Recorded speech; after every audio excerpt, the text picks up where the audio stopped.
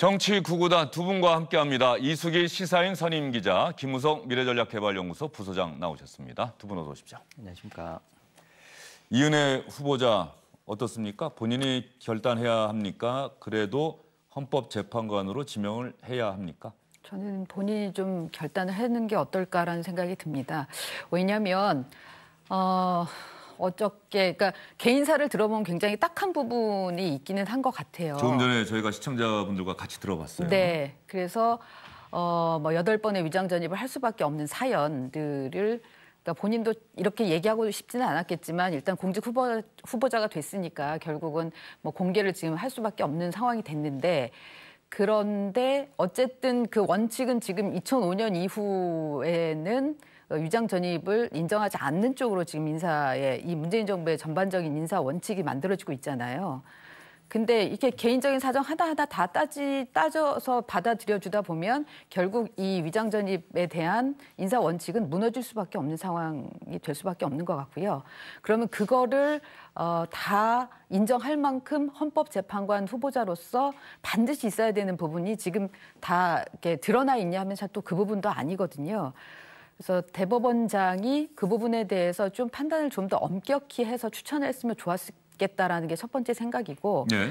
지금 저런 상황이라면 그러니까 헌법재판관으로서 우리 사회에 지켜야 할 가치라는 부분하고 본인한테 용인해줘야 될 그런 또 예외라는 것에 있어서 어떤 부분이 더 큰가를 좀 따져보면 본인이 그 부분에 대해서는 좀 결단이 필요한 거 아닌가라는 생각이 듭니다.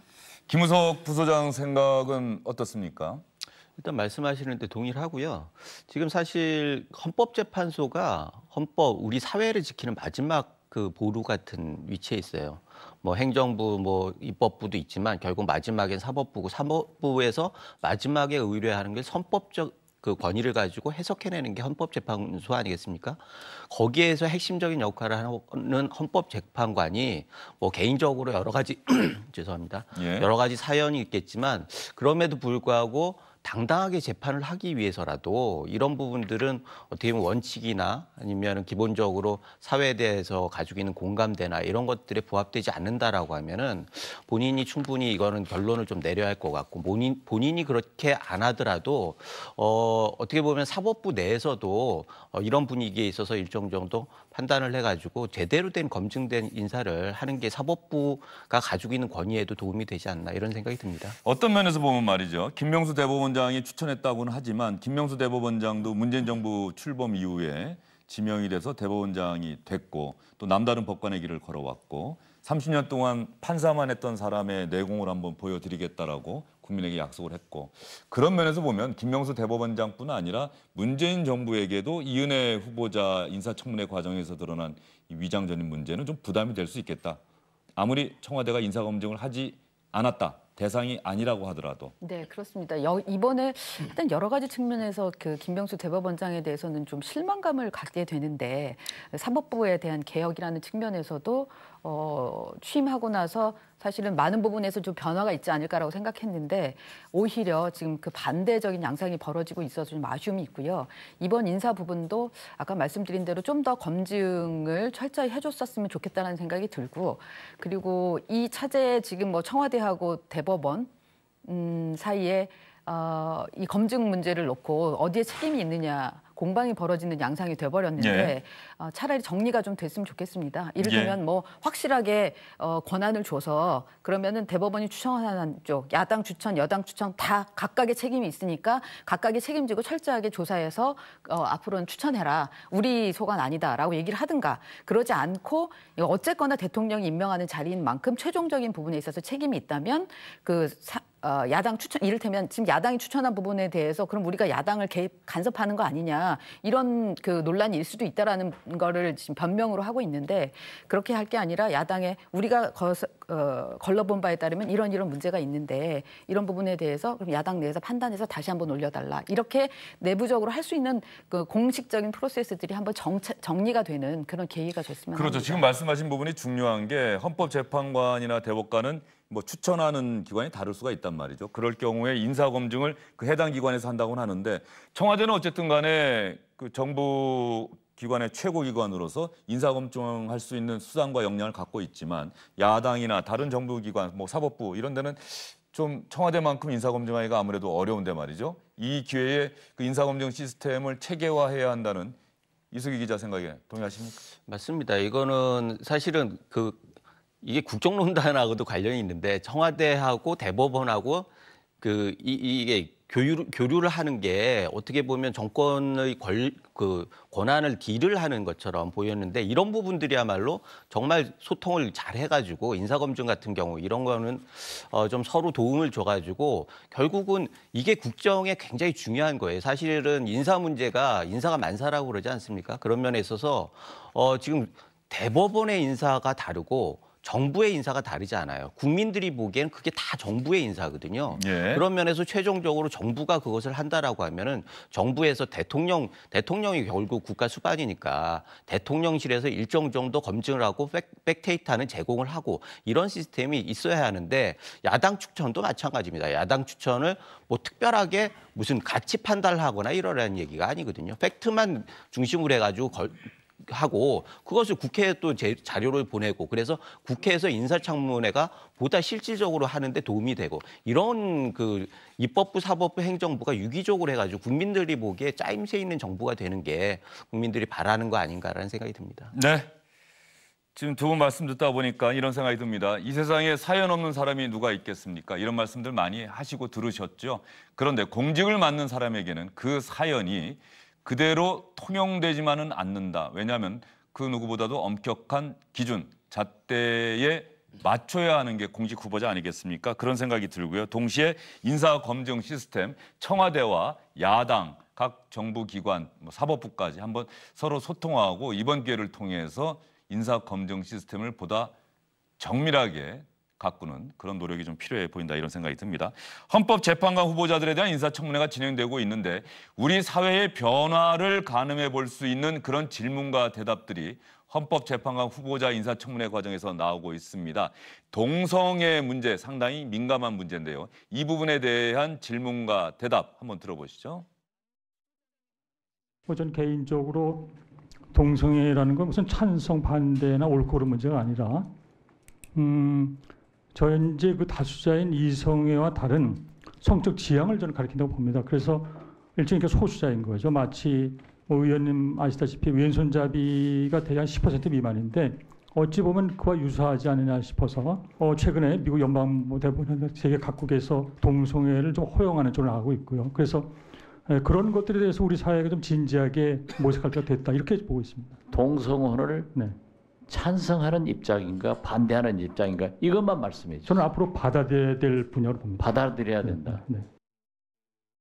이석태 후보자가 아마 민변 회장도 지냈고 제야 법조계에서는 상당히 존경과 신망을 받는 인물인데 동성애, 동성혼, 성소수자 문제 우리 사회에서 민감한 주제를 그 주제에 대해서 거침없이 자신의 소신을 밝혔어요. 어떻게 평가하십니까? 그러니까 예전에는 보면 이렇게 후보자들한테 주로 뭐 국가보안법이나 무슨 사형제나 이런 부분들을 이제 물어보면서 이 사람의 성향이 어떤지를 가늠하는 그런 잣대로 삼았는데 이제 최근 들어서는 이 동성애 문제를 그러니까 퀴어 문제죠. 이 문제를 굉장히 이 사람의 성향을 판단하는 잣대로 많이 사용을 하고 있어요. 근데 이석태 변호사 후보자가 얘기도 했지만 사실은 어제 그제 계속해서 인사청문회를 했던 이은혜 후보자, 그다음에 바른미래당이 추천한 이영진 후보자, 현재 재판관 후보자요. 똑같이 이 질문에 대해서 이 개인의 성적 취향이기 때문에 이건 법이 관여할 사안은 아니다라는 공통적인 입장을 취하고 있습니다.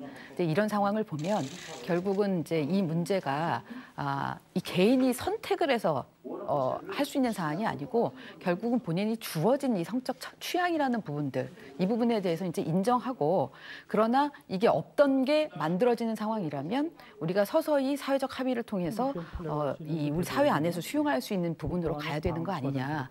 언제까지 이거를 배제하는 쪽으로 가야 되느냐라는 데에 대해서는 어느 정도 이 후보자들 사이에서는 의견들이 모아가고 있는 거 아닌가라는 생각이 들고요.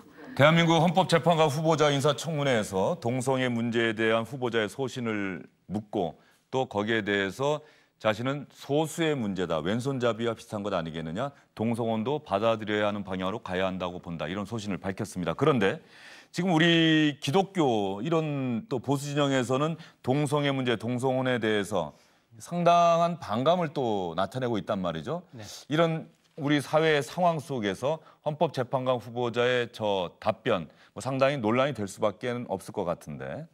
사실 지금 동성애하고 동성혼은 좀 구분해야 합니다. 사실 조선시대에도 동성애는 일정 정도 양해하고 인정을 하는 부분이 있었어요. 조선시대에도요? 네. 그래서 뭐 조선시대 같은 경우에는 그거를 단죄를 하지는 않았죠. 그러나 뭐 조용하게 하는 것들은 인정을 했는데 동성혼은 완전히 다른 거죠. 동성혼은 시스템이란 말이죠. 그러면 국가에서 일정 정도 개입을 할 수밖에 없는 건데 이거를 헌법재판관이라고 아까 말씀드렸듯이 시스템의 마지막 보호자, 국가 시스템의 마지막 보호자라고 하는 새 후보자가 다 개인의 취향이고 기호이고 이것은 장기적으로 받아들여야 한다고 이렇게 얘기를 하면은 사회는 흔들릴 수밖에 없습니다. 결국은 이 문제는 다른 정치 이슈들하고 다르게 어떻게 보면 굉장히 세계관과 관련된 거예요. 그래서 실질적으로 이거는 양보할 수 없는 주제입니다. 그런데 이것을 가장 그 마지막에 신중해야 할 그 재판관들이 뭐 9명 중에 3명이라면 작은 수가 아니죠.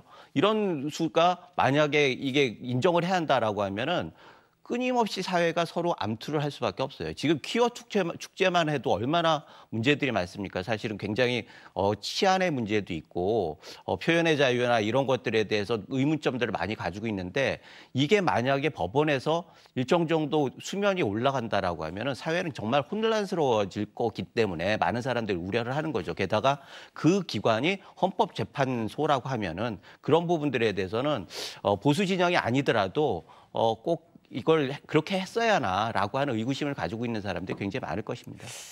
저는 또 이런 질문을 드려볼게요. 질문의 방향을 좀 바꿔보겠습니다. 동성애 문제, 낙태 문제, 사형제 문제.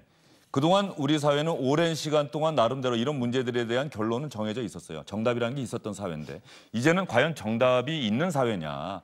여러 가지 의견들이 상존하고 있고 이런 상황 속에서 헌법재판소의 결정을 책임질 재판관들이 다양한 의견을 갖고 있고 그런 사람들이 헌법재판소를 구성한다. 이런 측면에서 본다고 한다면은 바람직하다라고도 볼 수 있는 것 아닌가 이런 생각도 드는데 동의하십니까? 어떻습니까? 예, 저는 오히려 그런 면에서 이런 그 질문들이 끊임없이 많이 나오고 그전에는 오히려 묻지 말고 그러니까 암암리에 이런 거는 좀 예민한 부분은 묻지 말고 답하지도 말고 이러면서 대충 넘어가는 그런 양상들이 많이 벌어졌었는데 오히려 이런 부분들은 이제 그러니까 정치적인 문제로 볼 게 아니라 우리 사회의 문제로 사회에 다 드러나 있는 문제라고 보고 법과 제도가 이 부분에 있어서 어디까지 받아들일 수 있는지 그거를 본격적으로 논의하는 때가 됐기 때문에 그런 면에서는 오히려 이 헌법재판관 후보자들의 인사청문회에서 이 부분이 양성화되는 게 훨씬 더 바람직한 상황이라고 봅니다. 김우석 부소장은 다른 생각 갖고 계십니까? 조금 전에 말씀하신 거 보면 좀 다른 생각을 갖고 있어요. 사실 동성애 부분과 동성혼은 완전히 다른 겁니다. 또 사형제나 낙태 이런 여러 가지 다양한 사회적 주제들에 대해서. 그래서 사실은 뭐 사형제나 이런 부분들은 어떻게 보면 기독교에서도 반대하는 거죠. 그러면 당연한 거죠. 그러나 동성애 부분은 요새 걱정이 되는 게 사실은 퀴어 축제 이런 데 보면 애들이 많아요. 그리고 젊은 친구들이 많단 말이죠. 그것이 정말 유전적으로 뭐 생리적으로 문제가 있어가지고 그걸 한다라고 하면 노 프로블럼. 문제는 그것이 일정 정도의 그 사회적인 매력, 뭐 어떤 스타일, 유행 이렇게 받아들이면은 그리스 같은 경우에 뭐 그 번창했던 문명이 마지막에 그 새로운 것들을 계속 쫓고 계속 동성애나 이런 것들 때문에 사회가 무너져가는 거 아니겠습니까? 그런 걸 봤을 때 이것이 공론화되는 게 사실 국민들한테 얼마나 계속 아까 말씀드렸듯이 분열만 조장하지 결론을 이룰 수가 없다는 거죠. 그런 면에서 이런 부분들은 헌법재판소 같은 경우에는 정말 신중하게 접근해야지 불쑥불쑥 언론이나 그 공식석상에서 이렇게 얘기할 부분은 아닌 거 아닌가라는 생각이 듭니다. 예. 이 주제에 대해서 시청자 여러분들도 한번 고민해 보시기 바랍니다. 저는 두 분의 말씀 들으면서 저도 방송하다가 이 혼용 잘못 쓰는 경우가 있어요. 틀림과 다름, 틀리다 다르다. 틀림과 다름, 여러분은 과연 어떤 기준에서 이런 사회적 주제들을 바라보고 계실지 시청자 여러분도 한번 생각을 정리해 보시기 바랍니다. 이번에는 시청자 여러분을 1971년 대한민국으로 모셔가 보도록 하겠습니다. 1971년이면 지금으로부터 47년 전입니다. 47년 전 10월의 대한 뉴스입니다.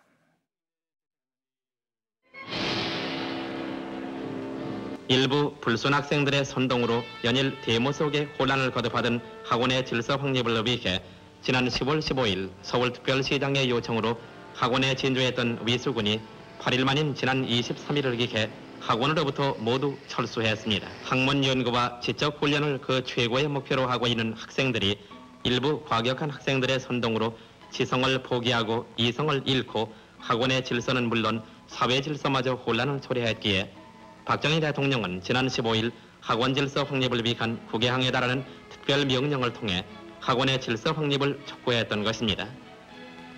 탈선적인 데모와 위수령, 휴업령의 소용돌이 속에 스산했던 캠퍼스는 이제 그 질서를 회복하고 정상화의 길로 첫발을 내딛게 됐습니다. 네, 1971년 어린 시절에 영화 보러 가면은 저 대한뉴스 반드시 봤던 기억이 나는데 그렇죠. 기억나시죠? 저 억양도 그렇고. 네, 익숙한 목소리입니다. 예. 사실은 위수령 이야기하려고 여러분께 이 영상을 보여드렸습니다. 1971년이면은 아마 10월 유신 직전이고 말이죠. 당시 사회가 상당히 혼란스러웠던 그런 모습인데 위수령이 68년 만에 역사 속으로 사라졌다. 이런 결정이 어제 국무회의에서 나왔어요. 문재인 대통령도 유신 반대 운동하다가 옥고를 치른 적도 있어서 이 위수령 폐지 어제 국무회의에서 결정되고 난 다음에 참 감회가 깊다 이런 소회를 밝히기도 했는데 위수령 폐지 뉴스 들으시고 이수기 기자는 어떤 생각 드셨습니까? 사실 저는 제가 어렸을 때이기 때문에, 그러니까 초등학교 정도의 상황이기 때문에, 왜냐하면 위수령이 지금 전국적으로 관심 있게 발동됐을 때가 이제 79년도 부산, 마산, 창원에 발동되고 그때 뭐 한창 김영삼 총재에 대해서 이렇게 구금하고 이래던 게 YH 여공들 강제 사건, 퇴거하고 그 직후였죠. 네. 예. 그래서 그게 결국은 발단이 돼서 11.6 사태까지 갔잖아요. 그래서 박정희 전 대통령이 시해가 되는 상황까지 갔는데 어쨌든 그때가 저는 초등학교 상황이기 때문에 이게 저한테 실감나는 일은 아닙니다. 다만 선배들한테 그 얘기들을 들었고 그 이후에 이제 대학 와서 한국사를 공부하면서 이 부분들을 좀 알았던 거라서 개인적으로 실감이 오지는 않으나 그러나 어쨌든 민주화 운동을 그 이후에 하는 세대였기 때문에 그때 비슷한 양상들이 이거를 많이 겪었었죠.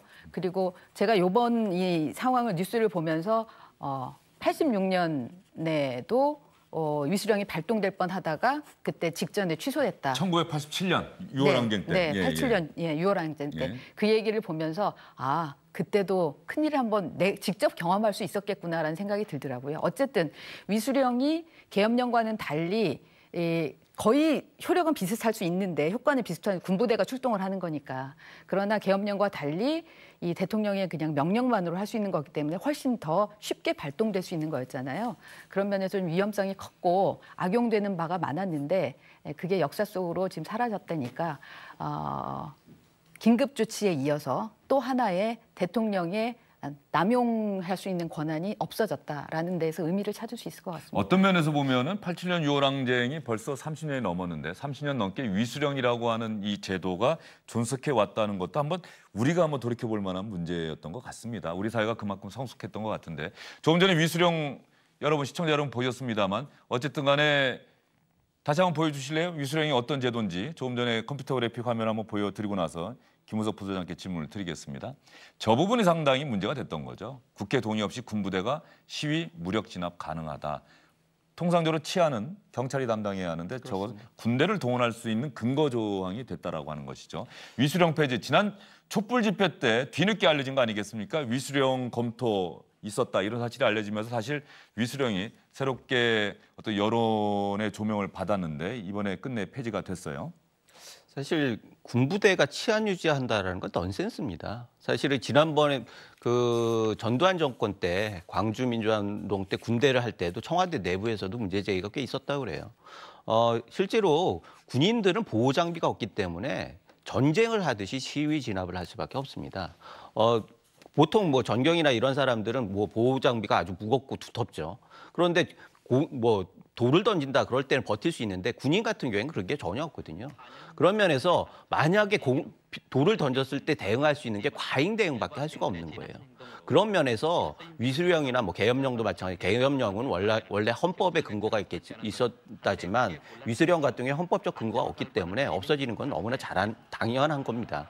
그러나 뭐 그렇다고 해가지고 이 문제를 우리가 뭐 새삼스럽게 막 이렇게 자랑하듯이 얘기할 건 아닌 게 지금 위수령을 얘기를 할 때 이건 사문화된 조항이거든요. 그래서 지금 같은 시대에 뭐 계엄령도 마찬가지지만 목숨을 걸고 위수령을 걸 군인들이 관료화된 집단이 돼버린 군인이 과연 이런 것들을 할 수 있을까라고 하는 면에서 제도를 없앤 건 잘하지만 그렇다고 해서 이 자체를 우리가 뭐 굉장히 의미 부여하기에는 좀 문제가 있는 거 아니냐라는 생각이 들어서 일단은 이 문제뿐만 아니라 결국은 정권이 모든 정부는 폭력을 다 독점을 함으로써 유지가 되는 거거든요. 그래서 어느 정도까지 권력이 폭력을 독점을 할 것이냐 아니면 공권력을 세울 것이냐라고 하는 문제에 천착을 해야 하는데 지금 같은 경우에는 공권력이 경찰들도 뭐 맞고 다니고 사실은 굉장히 공권력이 약해졌다는 우려들이 많거든요. 그래서 위수령이 없어진 대신 그다음에 공권력을 어떻게 강화해서 질서를 제대로 유지할 것이냐.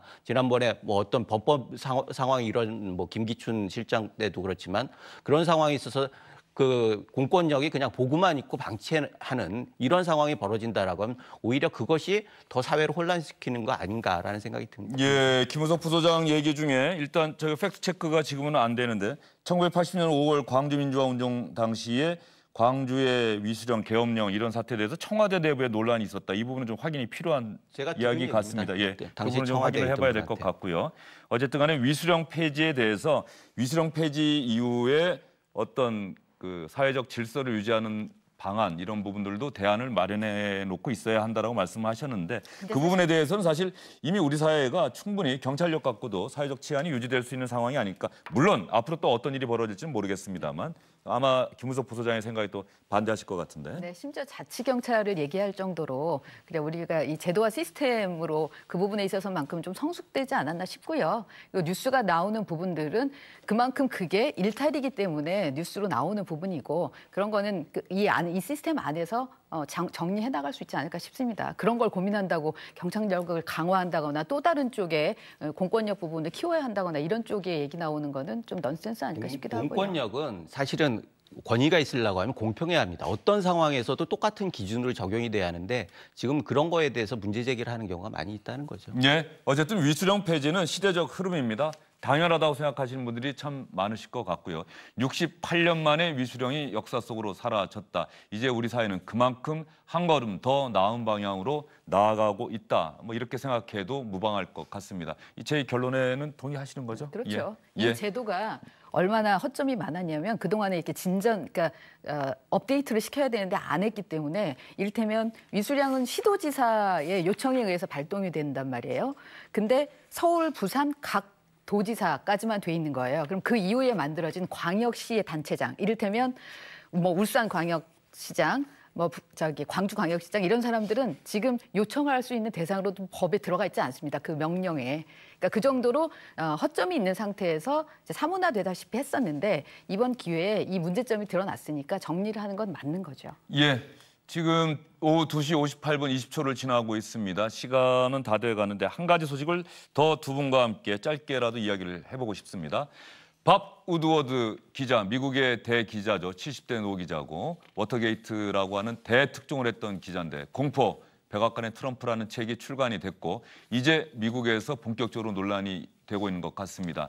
우리 기자들도 이 책을 입수해서 그 책 내용 가운데 한국과 관련된 부분을 열심히 읽고 기사들을 쓰고 있는데 트럼프 미국 대통령이 말이죠. 문재인 대통령과 전화 통화를 하면서 상당히 위압적인 자세를 보였다. 고압적인 자세를 보였다. 이런 내용이 있습니다. 어떤 내용인지 오늘 언론 보도에 나왔던 내용을 여러분께 보여드리겠습니다. 한번 보여주시죠. 한미 FTA 무역 관계를 파기하고 싶다. 당신네들이 저런 표현 썼다는 겁니다. 우리에게 뜯어내고 있다. 한국이 사드 비용 지불해야 한다. 우리가 대체 왜 사드를 거기에 놓아야 하느냐. 이렇게 이야기를 했다는 것이고요.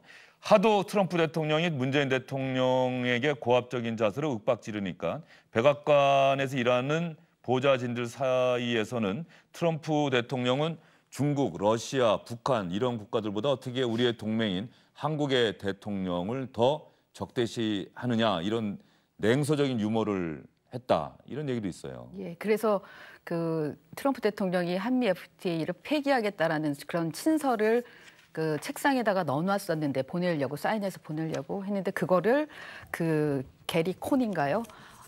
직함이 생각이 안 나는데 어쨌든 몰래 빼냈다라는 얘기까지 지금 나왔더라고요. 예.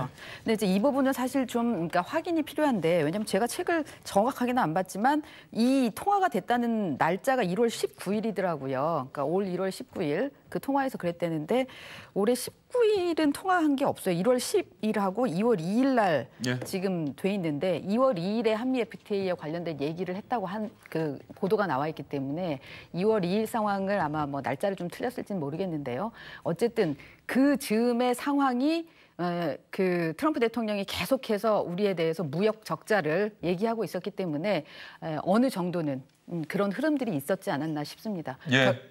결국은 이제 그런 데 흐름이 이 남북 관계가 진전되고 북미 정상 그 북미 회담을 하는 데 있어서 문재인 대통령이 중재자 역할이 나서면서부터 그 얘기가 지금 없어진 거잖아요. 그리고 여러 가지 무역 제재에 있어서도 우리가 지금 예외로 되고 있는 상황이기 때문에 결국은 안보와 무역이라는 부분들이 이게 같이 갈 수밖에 없는 그런 국제사회에서 그런 부분을 한번 다시 한번 드러낸 사안이다라는 그런 생각이 듭니다. 네, 김우석 부소장은 짧게 어쨌든 간에 저 당시 백악관 스태프들은 이러다가 문재인 대통령이 아니 트럼프 대통령 더는 못 참겠습니다. 어떻게 자꾸 그런 얘기를 나한테 그런 식으로 하십니까? 라고 할까 봐 걱정했다는 얘기까지 천 내용이 있어요. 문재인 대통령이 대응을 잘했다라고 아마 밥 우드워드 기자가 쓴 책에는 돼 있는 것 같습니다. 맞습니다.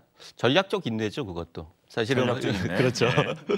그래서 그런 부분들은 굉장히 칭찬에 마땅하고 사실은 외교적 그 결례나 무례 같은 경우는 어떻게 보면 트럼프 대통령의 트레이드마크 같은 거예요. 지금 우리뿐만 아니라 전략적인 우방국인 뭐 캐나다나 EU나 이런 데에서 많은 나라에서 부글부글하고 있지 않습니까? 그러나 우리는 북핵 문제가 있기 때문에 더욱 더 전략적인 인내가 필요한 거 아닌가 생각이 듭니다. 네, 미국의 경우에는 살아있는 권력에 대해서도 언론인들이 저렇게 취재를 해서 그 내용에 대해서 가감없이 책을 쓴다. 이 부분은 참 부러운 내용입니다. 우리도 대한민국에서도 살아있는 권력을 향한 어떤 비판의 글 이런 글들이 더 활발하게 나와야 권력도 더 건강해지고 그러지 않을까 싶습니다. 그런데 사실 청와대나 현 정부 관계자들 만나는 게 이렇게 기자들이 예전만큼 쉽지는 않겠죠. 거기만 들어가면 어떻게든 예. 이렇게 안 나오는지요. 예, 알겠습니다. 거기다가 얘기도 참 거의 안 하는 상황이라서 저희도 청와대 비서실장, 안보실장, 뭐 정책실장 다 공식적으로 언론 인터뷰 신청해 놨는데 뭐 가타부타 답이 없습니다. 그런데 청와대 정책실장은 또 다른 방송사에 출연도 하고 이런 부분들에 대해서 앞으로 좀 더 열심히 노력을 해서 주영진의 뉴스 브리핑에서도 현 정부에서 일하고 있는 분들과의 인터뷰 꼭 내보내드리도록 하겠습니다. 두 분은 여기서 보내드리고요. 제가 아까 여상규 의원 인사청문회 과정에서 여상규 의원 지역구 얘기를 했었는데 제가 통영 고성 쪽 아니겠느냐 이렇게 말씀을 드렸는데 이군현 의원이 그쪽 지역구고요. 여상규 의원은 경남 사천 남해 하동이 지역구입니다. 이 부분은 정정해 드리도록 하겠습니다. 두 분 수고하셨습니다.